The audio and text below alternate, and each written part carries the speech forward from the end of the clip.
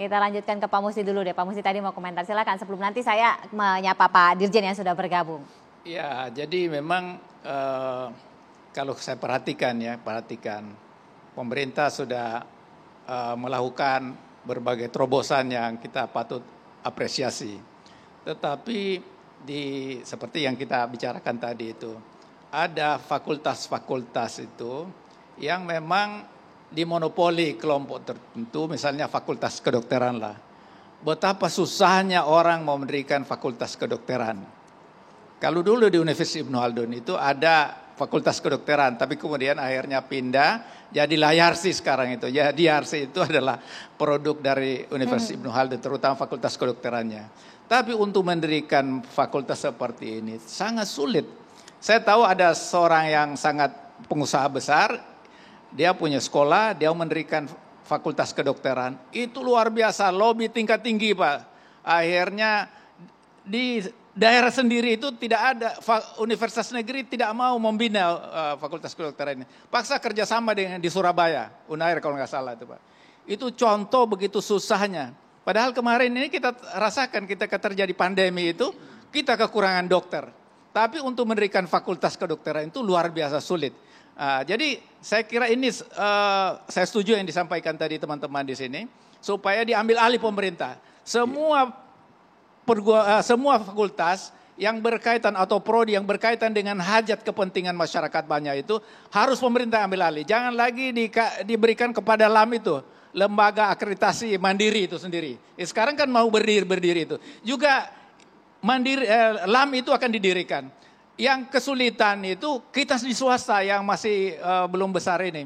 Itu kita harus membayar misalnya satu akreditasi prodi itu 50 juta ada yang mengatakan. Kita kemarin untuk farmasi itu 70 juta kita bayar Pak. Jadi sangat memberatkan. Padahal baru kita dirikan kita sudah disuruh bayar. Seharusnya kalau hal-hal seperti ini ditanggung oleh pemerintah.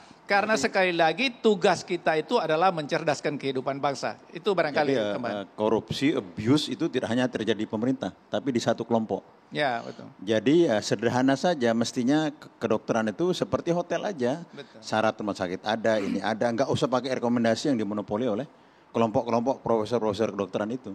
Itu kolusi yang berbahaya dan menurut saya kejahatan akademik gitu. Itu harus diambil alih Pak Dede ya. Sebelum Mas Dede nanti komentar, saya sapa dulu Pak Dirjen Dikti Kemendikbud, Prof. Nizar. Selamat malam. Selamat malam. Sehat Prof? Alhamdulillah sehat. Terima kasih Prof Sehat sudah semuanya. berkenan bergabung. Di sini ada Mas Dede, ada Prof Didi Rabini, ada Pak Musi dan juga ada Budia. Prof Didi. Prof. Kang Didi. Prof, ini tentu kita ingin tahu lebih jauh karena pendidikan tinggi juga ini termasuk mahal, Prof. Mahal. Padahal biaya pendidikan kita mungkin paling murah se-Asia Tenggara. Wah, ini perlu dijelaskan langsung, silakan Prof. Baik, selamat malam semuanya.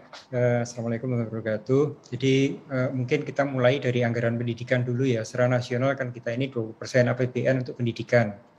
Itu totalnya kira-kira 550 triliun.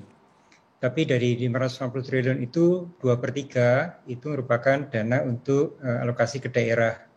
Yang di pusat itu 184 triliun. Nanti Kang Dede bisa cerita lebih panjang tentang itu. Dari 184 triliun yang ada di pemerintah pusat, itu yang di Kemdikbudristek itu hanya 81,5 triliun. Jadi hanya sekitar 15% dari 20%. Artinya anggaran pendidikan kita yang di Kemdikbudristek itu hanya 3% dari APBN. Kecil sekali.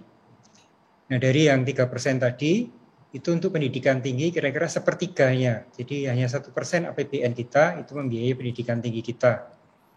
Sehingga subsidi kita per mahasiswa itu kalau dihitung, itu jauh sekali dibanding dengan negara-negara tetangga kita. Jadi kira-kira hanya hampir seperempatnya dari anggaran per mahasiswa di Malaysia, negara tetangga kita. Itu dari sisi pembiayaan dari negara. Dan oleh karena itu memang di dalam penyelenggaraan pendidikan tinggi itu karena pendidikan tinggi itu tidak hanya public goods tapi juga ada aspek private goods-nya. Jadi seorang sarjana kan mempunyai opportunity kerja yang jauh lebih tinggi dibandingkan dengan yang belum sarjana ya. Sehingga tentu itu keuntungan individunya tinggi. Sehingga disitulah perlunya ada sharing pembiayaan dari masyarakat dan di samping dari pemerintah. Dan pemerintah juga tidak hanya membiayai perguruan tinggi negeri ya, perguruan tinggi swasta pun juga mendapatkan dukungan dari pemerintah. Misalnya dalam bentuk tunjangan fungsional dosen yang tersertifikasi, guru besar, itu tunjangannya dari pemerintah. Selain itu juga beasiswa untuk para dosen ketika mengambil S2, S3 itu juga pemerintah menyediakan beasiswa tidak hanya untuk PTN tapi juga untuk PTS. Demikian pula dengan bantuan uang kuliah mahasiswa, KIP kuliah itu diberikan tidak hanya untuk PTN tapi juga untuk PTS. Jadi saat ini pemerintah itu membiayai sekitar 1 juta mahasiswa melalui KIP kuliah. Jadi dari 8 juta mahasiswa itu 1 jutanya itu dibiayai oleh pemerintah melalui Kartu Indonesia Pintar Kuliah. Jadi kalau kita lihat dari itu, sebetulnya pendidikan di Indonesia ini relatif murah dibandingkan dengan negara-negara lain. Jadi ini gambarannya, Mbak. Iya, Bu Dia kan anaknya juga merasakan ya. Apa yang mau disampaikan sama Pak Dirjen?